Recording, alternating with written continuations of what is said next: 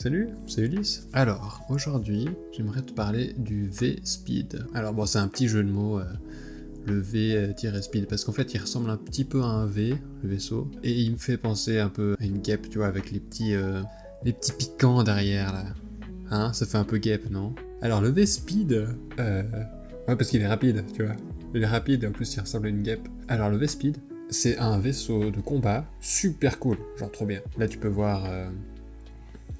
si tu veux le construire, voilà, tu regardes, c'est là, c'est pour toi, tu mets pause, tu te débrouilles, il n'y a pas besoin de beaucoup de pièces, mais il pète le style, on va pas se mentir.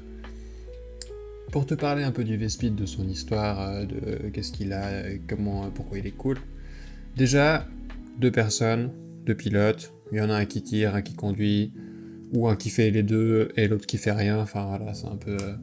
tu fais comme tu veux, tu vois, ou à 4, si tu te sers un peu. Mais en gros, voilà, t'imagines.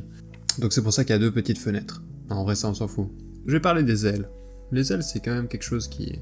Bon, déjà, c'est stylé, et en plus, c'est important. Elles ont un angle un peu sympa, en fait, elles protègent la vitre, tu vois. Comme ça, si tu te fais attaquer par le côté, bam! En fait, non, parce qu'il y a l'aile. Donc t'es vachement bien protégé par l'aile, mais t'as quand même une très bonne visibilité. Tu vois super bien d'où viennent les attaques et tout. Et t'es protégé par l'aile, elle est quand même bien solide. Et elle protège les canons aussi. Derrière l'aile, il y a les canons. Les canons, ils sont tellement puissants, mais c'est incroyable. Ils sont là, ils sont 2, ils sont balèzes, ils sont énormes. Ils te dézinguent, mais tout ce que tu veux en fait. Tu vois, le vaisseau qu'il y a derrière là, il a des tout petits canons comparé. Donc voilà. Les petits picots derrière, en fait, c'est pas pour rien, c'est pas juste pour le style. C'est... c'est quoi? Bon, je sais pas. Allez, en fait, c'est pour le bouclier. Voilà, le bouclier. Parce qu'en fait, dans les picots, il y a des générateurs de boucliers.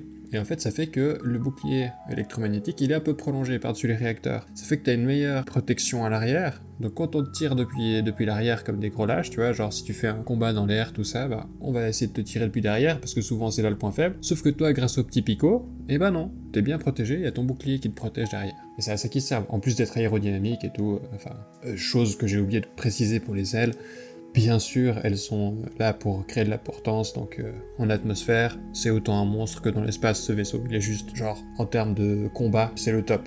Les réacteurs, alors, tu vas pas aller plus vite que la lumière avec des réacteurs comme ça, évidemment, c'est pas du tout un vaisseau qui est fait pour ça, il est fait pour optimiser le combat, donc les moteurs, c'est des moteurs atmosphériques ou spatiaux, mais genre, tu vas pas à la vitesse de la lumière, tu vois, genre... Voilà, donc c'est peut-être le défaut du vaisseau, il peut pas aller à la vitesse de la lumière. C'est tout, c'est son seul défaut. Sinon, genre côté combat, manœuvrabilité, protection des pilotes, protection du vaisseau, donc t'as un bouclier quand même. Voilà, imbattable. Juste trop bien. Qu'est-ce que tu veux dire de plus ?